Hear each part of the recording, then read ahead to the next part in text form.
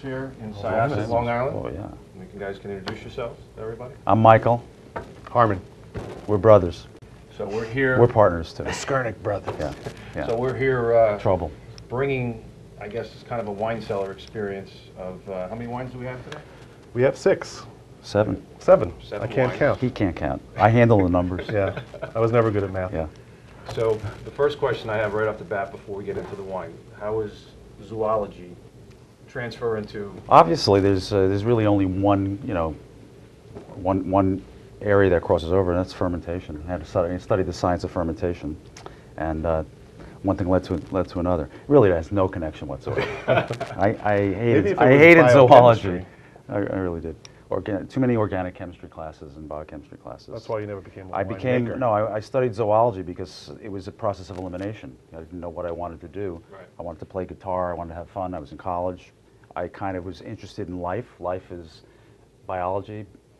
I applied to university. They didn't have.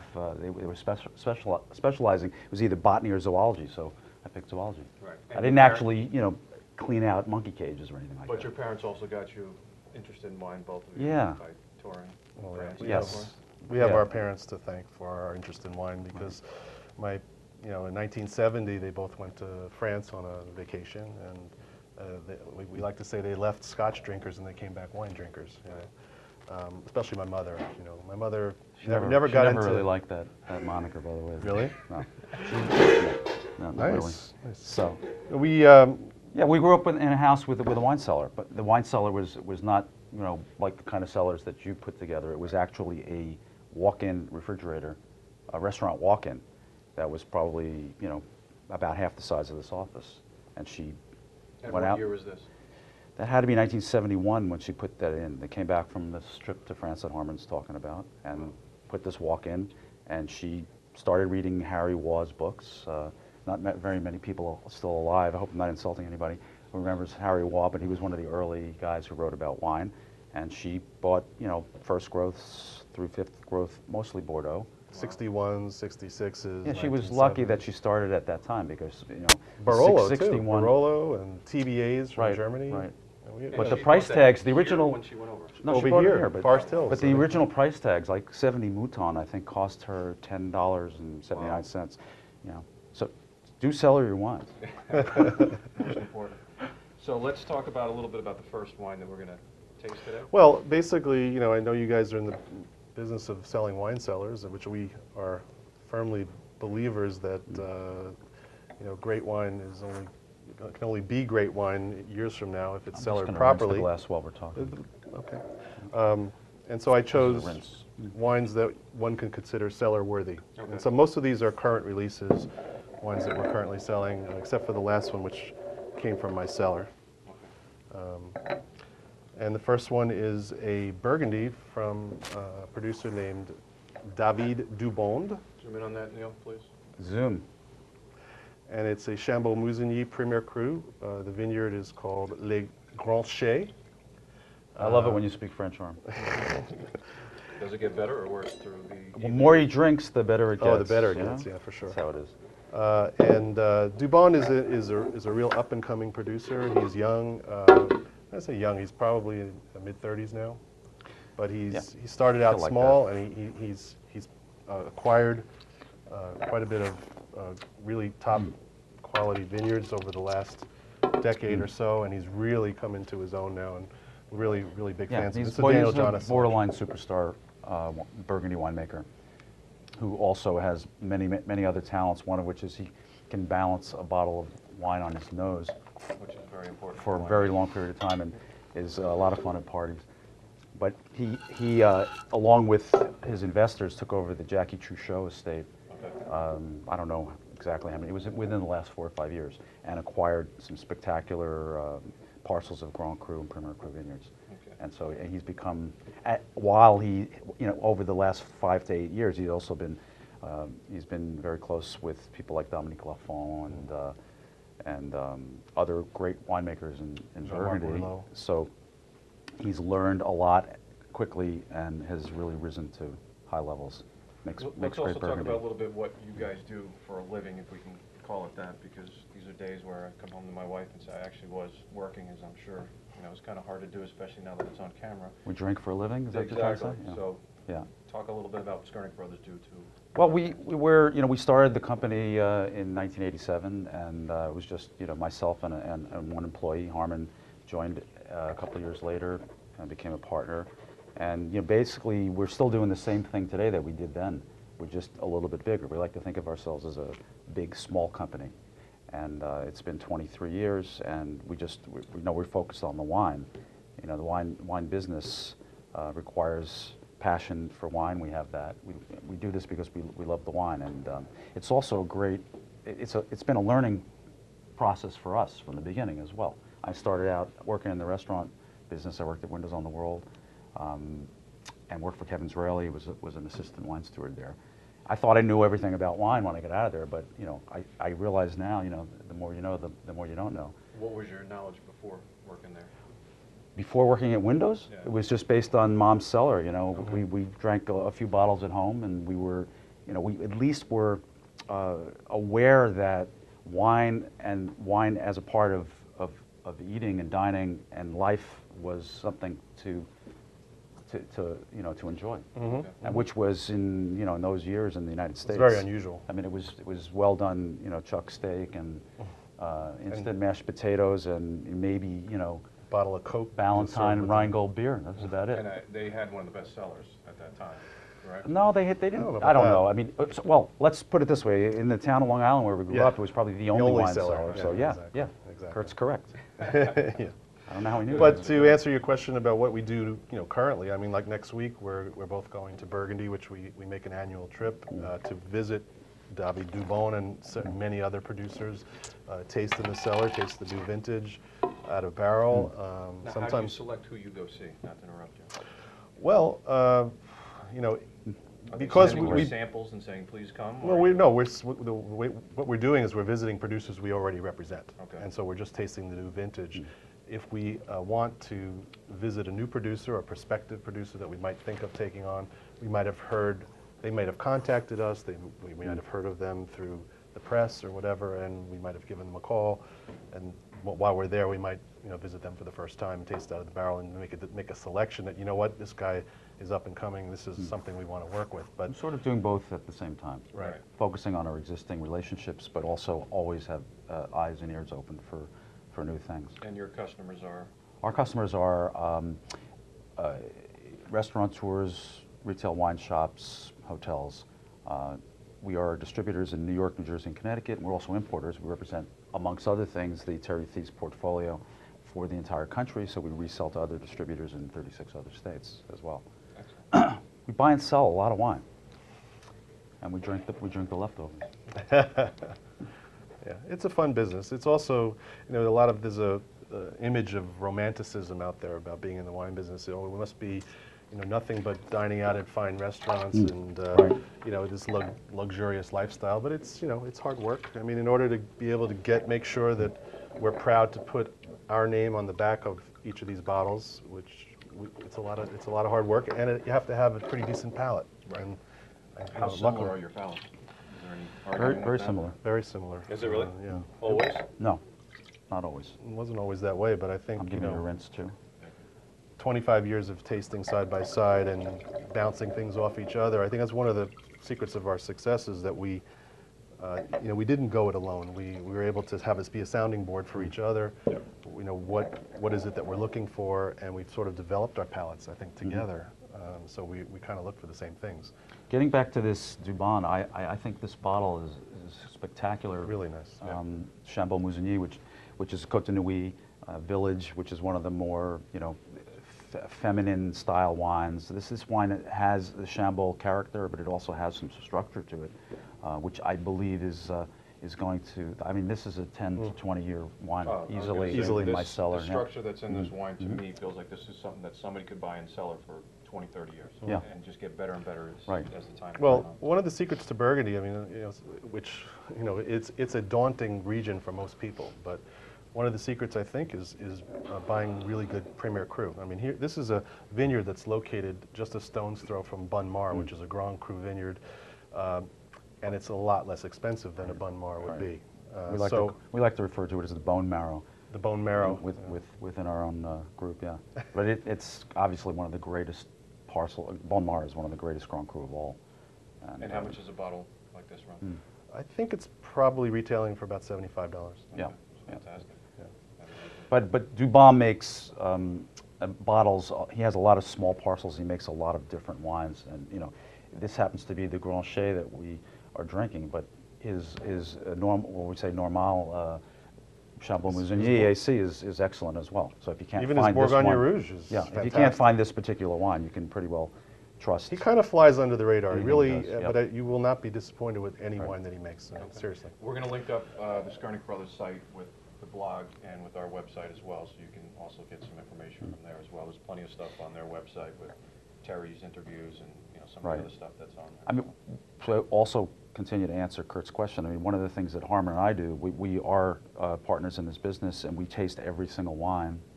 There's every winery that we represent, we've chosen. Every wine that comes into the portfolio that's on our price list is a wine that we've personally selected and tasted, not just once, but every single vintage. And that's And how how they. many That's wines how. do you typically taste in a week, let's say? It would be an average. I don't know. Typical in a week, maybe. 80? Yeah, maybe something like that. But I mean, it like depends. This If we're trip in traveling- Burgundy, we're going to Burgundy for an intense trip. We'll be tasting probably 100, between 120, 130 bottled wines per day. And in addition to that, we'll be making cellar visits, probably 2 to 3 or 4 cellar visits during the same day. And those cellar visits in Burgundy, you can go into a Burgundy cellar, tiny cellar, maybe they only produce 3,000 cases in total, but they've got 11 different appellations. Right. So we would taste in that cellar probably 30 wines, because we're going to taste the 11 appellations, different barrels of each, and we're going to taste different vintages, because they normally have, for red Burgundy, you go into a cellar, they have 2 vintages in barrel at any given time, plus the bottled wines, which are going to be the next vintage that we're going to sell, Right. plus a couple of old bottles to see how they're aging. So that's the experience. So it's a lot of work. As Harmon was And saying, it can be painful. If it's a high acid if vintage it's a high acid and a high vintage. tannic vintage, after tasting that many wines, your gums could be completely destroyed. I mean, you have to be careful and use a lot of Sensodyne. I guess a commercial for toothpaste. But yeah. We'll link up the sense of that. Maybe we'll give Charlie Sheen a call. We can get something to help us out there. Should we move to Italy? Yeah, let's go on to Italy. We have actually Let's get a shot of this, Neil. a couple of different Brunellos. I thought it would be interesting because right now we're having, after a couple of years, down years economically, as far as collectible wines and high-end wines and cellar-worthy wines. We've sort of come back with a vengeance the last few months, I So would you're say. seeing the economy improving. It feels good. Totally, It feels good so far. totally. And one of the areas we're seeing it is in the sales of Brunello. 2006 being a fabulous vintage. Yep. And the market is really responding to it, Collectors are responding. which is nice, because it's been a couple of years with the financial crisis taking its toll on the high-end wines and the collectible wines. People have been, just like in real estate, staying on the sidelines. They're sort of coming back now. I guess there were some bonuses on Wall Street last year, perhaps, maybe, 30%. fueling that a little bit.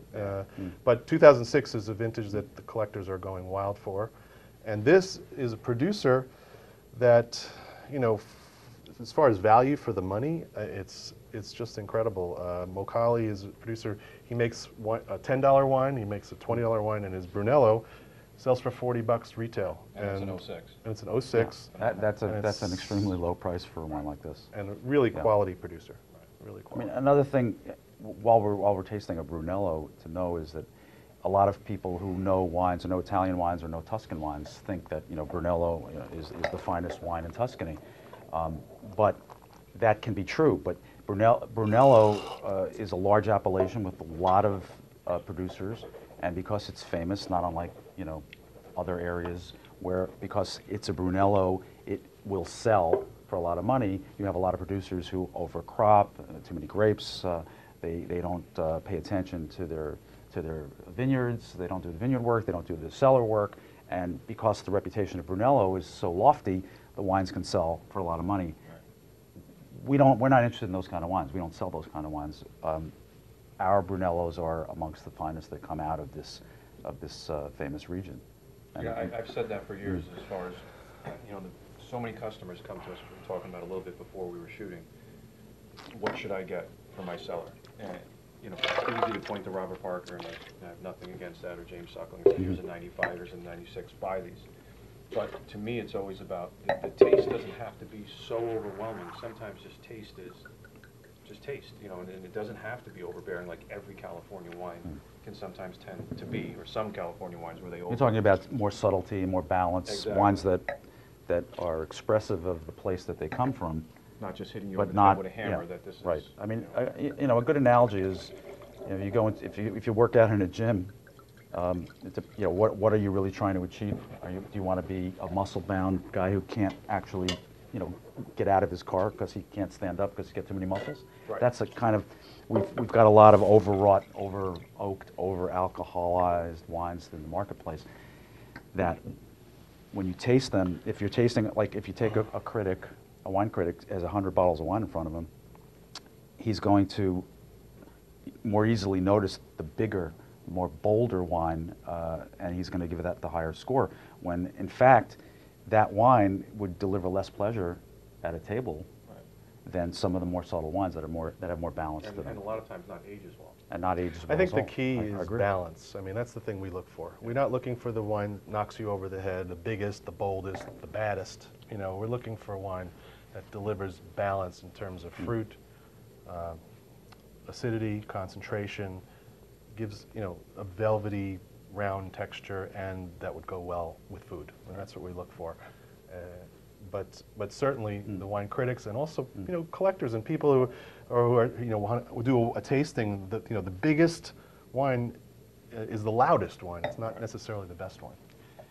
I wonder if we're, since we're on video and whoever is watching this can't smell what we smell, should we pretend the wine's not corked when it's corked? What do we do? Oh, is this wine corked? Yeah. Unfortunately.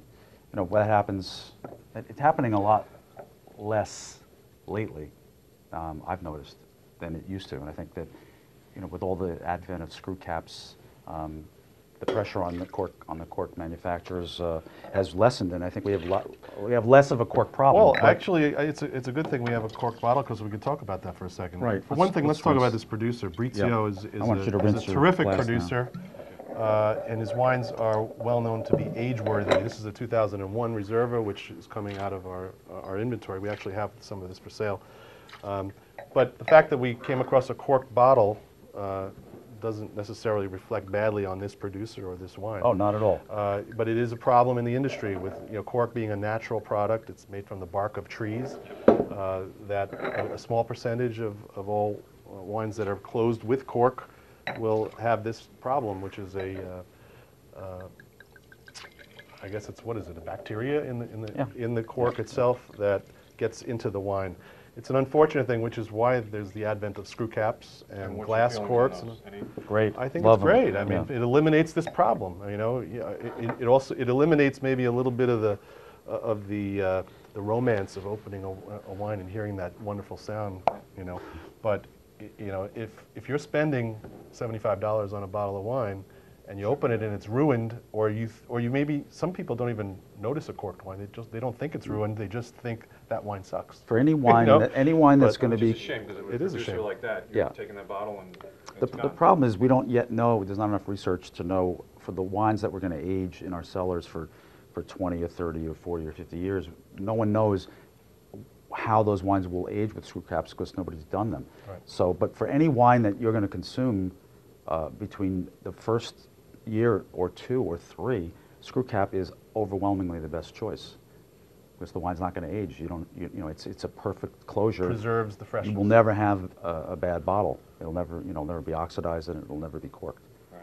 But for age-worthy wines, we still have to go with cork, I think. If all wine went to screw cap, though, you may have to change the way you build wine cellars, Right. because they don't have to be put on their side, for one thing. Good point. Good point. Yeah, right. The next wine is also from Italy. It's from a different region. It's from Piedmont. The area is Barolo, and this is one of the preeminent legendary producers in Barolo. His name is Domenico Clerico. And this is a 2006, the new release, also a great vintage in Piedmont. Which is also young for a Barolo. Very young. Yeah, this is you a know. new release. We're tasting a lot of Yeah. young wines here because Yep. we're selling them and then people will cellar them. And these guys are the real deal. We're going to take a couple shots when we leave about, sorry to interrupt you, a spot, just even in their tastings that they do here with the sales staff on the floor, they have a spot called the Cave with just thousands of bottles in there that's all temperature controlled, which is what we're talking about here. It's so important.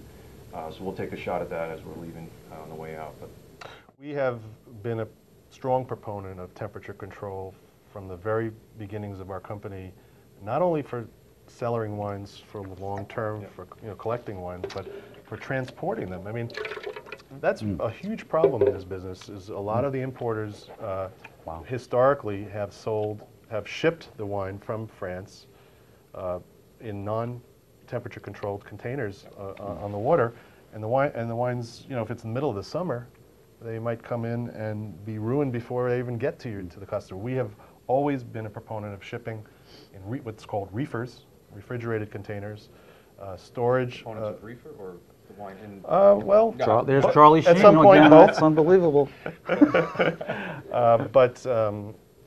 But it's critically important. Yep. Cheech, John. The wines have to be delivered in optimum condition, so that and it's incredibly important for our name. That the wines are delivered to the wine shops and to the customers in the right conditions, and I'm Very, very trying to think of an analogy because not enough people realize that they don't think of these bottles of wine as agricultural products, which they are, that need to be Maintained properly. preserved. And if you went to a farm and wanted to get fresh whole milk and milk the cow because it's direct from it's local. This is what everybody's talking about today. And you brought that home, the beautiful milk, and you left it on the counter for 3 days and didn't put it in the refrigerator. or in the car, in the trunk, on a hot day in the summer. You need to think of the wine the same way. It has to be treated It properly. doesn't spoil as fast as milk, but it's the same concept. Sure. Right. You would never think of shipping milk to a wholesaler or to a supermarket in not in an unrefrigerated truck. And how many people do that? I mean, there's thousands of companies that do it that way. You think about In when the you wine walk- business? Yeah, and Most Most of them ship. yeah. Most companies ship in dry containers. Yeah. Right. The same container that you might ship some widgets from China in. What we're talking about is we ship, I don't even know the answer exactly, but I would say that, we probably ship 1,000 containers of wine a year, easily. 1,000? Easily. That's 1,000 cases per container, something like that, maybe more. And about right. in order to ship the wine in a temperature-controlled container, it's going to cost us $1,500 per container extra. So you can I don't want to do it because it's going to make me depressed, but you can take your calculators out at home and figure out how much money we're investing in the temperature control. that's So how that you important guys, it is to you're going to buy these wines. Kurt's going to build you a cellar. You're going to put the wines in a cellar, and you want to know that they've been treated properly from start to finish. Yeah, demand that of the stores, Yeah. demand that of the stores that you buy wine from. There's You so should. many different liquor stores, there are wine stores that you go into, and they're just sitting on shelves. They're standing up, and there's no cooling or humidity or temperature control in the spaces. Make sure you find out where that wine's coming from. The other thing is, you mentioned how much we're investing. In the course of a year, it's a lot of money. I mean, $1,500 a container times 1,000 containers. But if you think of it as a per case basis, you're talking about $1.50 a case. Right. That is a small price to pay for the insurance of the Absolutely. quality Right. of the product. And it's a bargain as far as we're concerned. We would never do it any other way. Getting back to the wines. I was just going to say, this Oh, wine is unbelievable. incredible. I was just gonna It's say, one of the mine's best gone already. young Fantastic. Barolos I've tasted in a For an very 06. long time. Yeah. And this feels like, Yeah. again, structure. Yeah, you know this is going beyond to belief. age. Yeah. But I was going to say that for the people out there who are listening and they really don't want to invest a lot of time in how to learn about wine, how to select wine, you can go with the very easy old adage, which is anything that starts with the letter B, buy it. We've got Burgundy, we've got Brunello, we've got Barolo, and that extends. I mean, that's the easiest way to learn about wine. The killer I'm, bees. I'm being a little facetious, but this is what we have going here, and But just as you said earlier, you can't just buy it based on that because we know that there's a lot of bad Right, bees right, out there as right. well. There's a lot of bad Burgundy, a lot of bad Brunello, and Sure, a lot of bad Barolo. sure. So you got to look at the back Know your label as producer. well and make sure yeah. it's imported I by mean, Michael Barolo Skurnik. is a region in How's that for a in, plug? Very, very nice. in northwest Italy, in the Piemonte region, in the Langhe, which is more specific, and in Barolo, it's some of the things. It doesn't taste like Burgundy, but there's a lot of things about Barolo that are similar to Burgundy in that it's a monocultural. It's Monovarietal. Monovarietal. I mean, in Burgundy, for red Burgundy, it's always 100% Pinot Noir, and for Barolo, it's 100% Nebbiolo. And the differences between the different Barolos are similar to the differences you find in the different Burgundies. It's really the terroir, the soil, the differences between the villages in a string of villages. Clerico is one of the greatest producers of all. He's located in the village of Monforte in Barolo. Barolo is one of the 10 villages of Barolo. And because it's most well known, all the other townships are calling themselves Barolo, but there's Monforte, there's Lamora, there's Castiglionfoletto, there's Serralunga, there's Barolo, and this is Monforte. Monforte is one of the strongest, one of the sturdiest, one of the most age-worthy townships within the Barolo region that makes masculine-style wines. That's why this definitely staged a tradition for years and years and years. Right. And Clerico is one of the best producers in Monforte. Unfortunately, he's going through some personal health issues, which I'll say it on the air. I wish him nothing but full recovery. And but he just built a brand new winery and estate that is state of the art as well. Moving on to Spain, it's an iconic producer that we chose. It's Vega Sicilia. I mean, for many years, for 30, 40 years, before the current craze of Spanish wines and influx of many, many producers, there was one estate that was considered the best in Spain, and it's Vega Sicilia. Over-deliver almost every time. Love it. And, you know, if you want to cellar wines for 50 years from Spain, this is the one. I mean, they basically created the region of Ribera del Duero. There was no Ribera del Duero before Vega Sicilia created the wine there. So it's actually a relatively new region, but they've been making wine there for many, many years. And the Valbuena is their, I hate to say a more affordable wine, but it is, even though it's quite expensive. And this one's 175. This would be 175 is the retail price. Right. The Unico, which is the top flagship wine, is $350. Would you say something like that? Yeah, easy. A bottle, but as Harmon said, I mean, we'll reward those people that have the patience to age them. The Valbuena is aged for 5 years before it's released. So What year is it's 2005 and 2005. 3 years in barrel and then 2 years in bottle. But they release it when they feel it's ready to drink. The same with the Unico. The Unico, what's the current release now? I mean, 2000. 2000? It's 10 years. Right. This is released after 5 years after the vintage, and the Unico is released 10 years after the vintage. But we for sold, the most part. like, for example, the 70 vintage. It was released for the first time only 12 years ago. Wow. So they don't release a wine every year. They release it when they feel it's ready. Yeah. 1970 was one of those vintages that will go down in history as one of the great bottles from anywhere. That and the 68, which was also released. I think that the history of releasing those wines so late kind of stemmed out of years ago when That's great. That's so great. wineries didn't necessarily bottle the wines right after the vintage like they do today, or they would keep the wines in barrel until the customer ordered it. I mean, years and years and years ago. And but the thing is, the Tempranillo is such a Antioxidative. reductive grape. It's antioxidant. You can actually keep it in resists barrel oxidation. for many, many years without it getting oxidized. And you can't do that in Burgundy. You have to bottle the wine up early. Yeah. And that area is such a great place to grow grapes. It's so hard on the grapes there, that region. And we've done blogs with Jose Moro, and which is very close to there.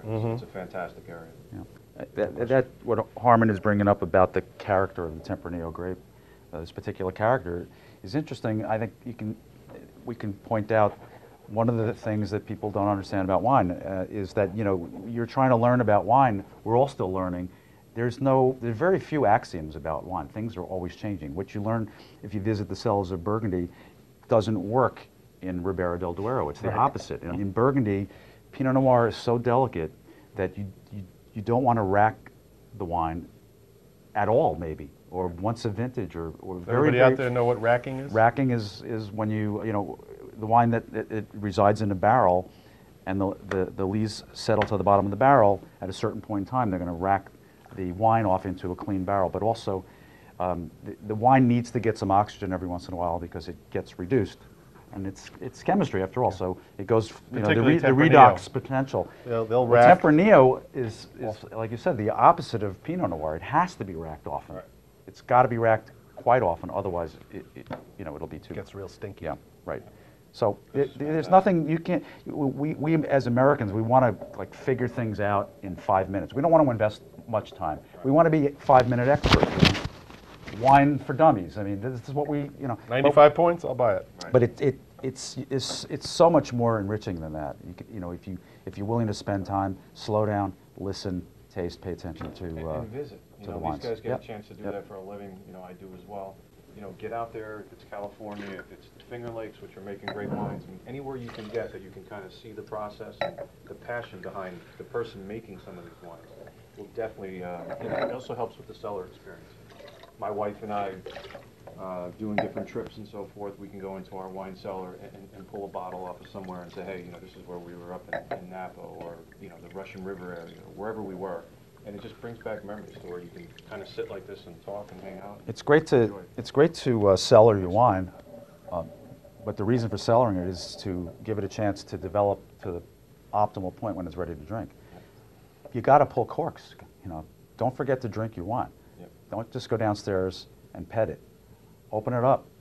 Enjoy it. That's how we learn. Yeah, and scale it out. You know, Yeah. Try one in 4 years, try one in 5. Yeah, try one that's in- what's great about buying a case, because you've got 12 bottles, and you can, you know, if you do it right, you might have 3 or 4 of them before they're really in their prime.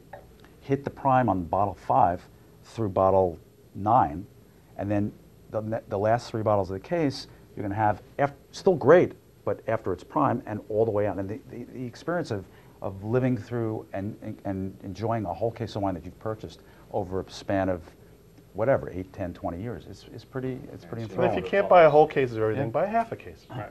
Something, but there's other levels of But it's- enjoyment there. Yep. The So last moving red. on to, we should not forget the New World. The Napa Valley Cabernet, produced in California, is the benchmark for great red wine produced in the USA. And this is one of the great winemakers in California, David Ramey. For years was the winemaker at Chalk Hill. He then went to Dominus and produced wines there, and was a veteran of maybe 20 years of vintages before he created his own label, which is called Ramey, and producing some of the best quality, both white and red wines in California. His white Chardonnays come from Sonoma Coast and Carneros and all the best cool climate areas for Chardonnay, and his Cabernets, you know, terrific vineyard sites in Napa Valley. And this is his 2007. And 2007, we talked about 2006 for Brunello, 2007 for Napa Valley is one of those vintages. You know, I know the wine. I don't usually quote the Wine Spectator. I'm on tape, so here I am quoting the Wine Spectator. But they did give this vintage 99 points, which is, you know, almost perfection as far as Great the nose growing on the wine. season. So really what that means is that you have the potential for a great wine. It doesn't necessarily mean every 2007 Cabernet you're going to find is going to be a great wine. But when you get a great winemaker and a great vintage, you get a wine like Yeah, this. I mean, the key point to Ramey, Pretty damn good, by the is way. great, to understanding Ramey is that David Ramey, as Harmon pointed out, has, you know, put in a lot of years in the Napa Valley and the California North Coast wine industry, Fantastic. such that his contacts for vineyard sources and grape sources are extraordinary. It's a little bit like, you know, he was, I'm trying to think of an analogy. Let's just say he was like one of the senior partners at Goldman Sachs and cashed out, which is not the case for him, but Not at let's all. say I'm trying to draw an analogy where because he was a senior partner at Goldman Sachs, every IPO that comes afterwards, he's getting first. He has access He's getting to those first channels. access. Not everybody has access to be an investor. This wine is just his Napa Valley blend. Right. It's got all 5 grapes, all 5 of the Bordeaux grape varietals in it, and it's got at least 4 or 5 different vineyard sources blended What's together. the price point? I think this is about $50. $50, yeah. Yeah. Fantastic. I mean, And you this is notice incredible value. the balance of this wine. I mean, it's got great acidity. It's balancing acidity. It's beautiful. It's, The it's finish is velvet forever. textured. Yep. Yeah, and the aroma, the bouquet is really a beautiful harmony of fruit and spice and also oak Everything nice. and everything nice, right? And his single vineyard bottlings are even better. I mean, you mentioned his contacts with vineyards, and for example, his Chardonnays, his 3 single vineyard Chardonnays are Hudson Vineyard, Hyde Vineyard, and Ritchie, 3 of the best sources of Chardonnay in California. That is David Ramey is Yeah. one of the top Yeah. producers in California. Kind of flies a little under the radar because it's not like you hear about him every day like you might hear of Bryant Family or Harlan or some of the other cult producers. But Ramey, I think, produces wines that completely over-deliver in terms of value for the money. I mean, a $50 bottle like this is something you can sell her for 20 years If you easily. told me this was 100, I wouldn't have been surprised. Yeah. And that's how good that is. Yeah. For an 07 especially. I mean, that's a great The last bottle we chose was something to finish up on a little sweet note, and a German wine. Generally speaking, we sell a lot of German wine because we represent Terry Thies, who's I'm actually going to use my water glass. the It's a lot greatest easier. selector of German That's wines a clean glass too, right? So in the marketplace. let's do a little rinse though. Anyway. And most of the German wine that we do sell are everyday wines like Cabinets and Spätlese, but you know, Germany is famous for producing some of the greatest dessert wines and sweet wines in the country and in the world, I should say. And this is a fabulous producer named J.J. Christoffel. He's located in the Mosel Valley, has vineyards Wow. on some of the greatest vineyards in all of Germany. This is the Erziger Würzgarten, which is one of the top vineyards. And this is his Auslese, which means late harvest. And he has 3 different levels of Auslese, 1-star, 2-star, and 3-star. This is the 3-star from a great vintage 2001. I pulled this from my cellar this morning. Thanks, Warren. Fantastic. Thank you very much. Erzig, so the village is Erzig. Wow. Erziger Würzgarten means spice garden. It's just the name that the vineyard has. It's over the fresh. years. It's not cloying at all. It smells No. fresh. No, it's a 10-year-old. It really is just beginning to open up its flowers and unveil Talk itself. to us a little bit about the sugar levels in German wines, because I've always tried to tell people that there aren't anywhere near as high as most people think they are, even though the wines are that sweet. The thing about German Riesling, first of all, Riesling, like some of the other world-class grapes. By the way, this is not a dessert wine. No. I mean, I This called is- this a dessert wine because well- I thought the 3-star Auslese would be like almost like a baby Baron Auslese, but it has so much acidity and it's so fresh. Well, how do you define this dessert wine? Because I think more often than not that dessert wine should be wine you have for dessert, not wine to go with dessert, which is what most people think. So that's my own thing. You know, You could have this this is not sweet enough to go with a chocolate souffle or something like that. But you know, Auslese, great Auslese, in my opinion, should be had all by itself, or with cheese. But this is such is this is such balance apple, and such cheese. acidity. Yeah. You could also have this with like a pork dish, a rich Yes, pork you dish. You could. could actually have You it could. with dinner. It's, You could. It's really outstanding. But This is phenomenal. Thank you for bringing this. Sure. This is- anyway, Riesling is one of those great noble grapes like Pinot Noir and Chardonnay that, when planted in fabulous locations with soil, Steep slopes. all of these grapes, what do? They're really neutral by themselves. What they do is show off the soil. They give the soil a chance to transmit through the wine. That's really what we're looking for. And They don't have to be prodded and. no, that's what you get. So when you're talking, Terroir. getting Great back to the transmitters of question terroir. of sweetness, it's really not about how sweet it is. It's about the sense of sweetness. You know, it's not worthwhile to measure how much sugar is in the wine. It's how does it taste, how much extract is in the wine, how much acidity is in the wine, how much minerality is in the wine, because all those 3 factors balance off the sweetness. In fact, they need the sweetness, otherwise it would be painful to drink. Sure. So the way that the winemakers make these wines is they make those decisions about how much sugar should be left in the wine based on the way it tastes. I think German wine is incredibly misunderstood, and I think that a lot of people say, well, you know, I don't like sweet wines, I like dry wines, but the fact of the matter is that, as we discussed when we first started talking earlier, it's all about balance. Right.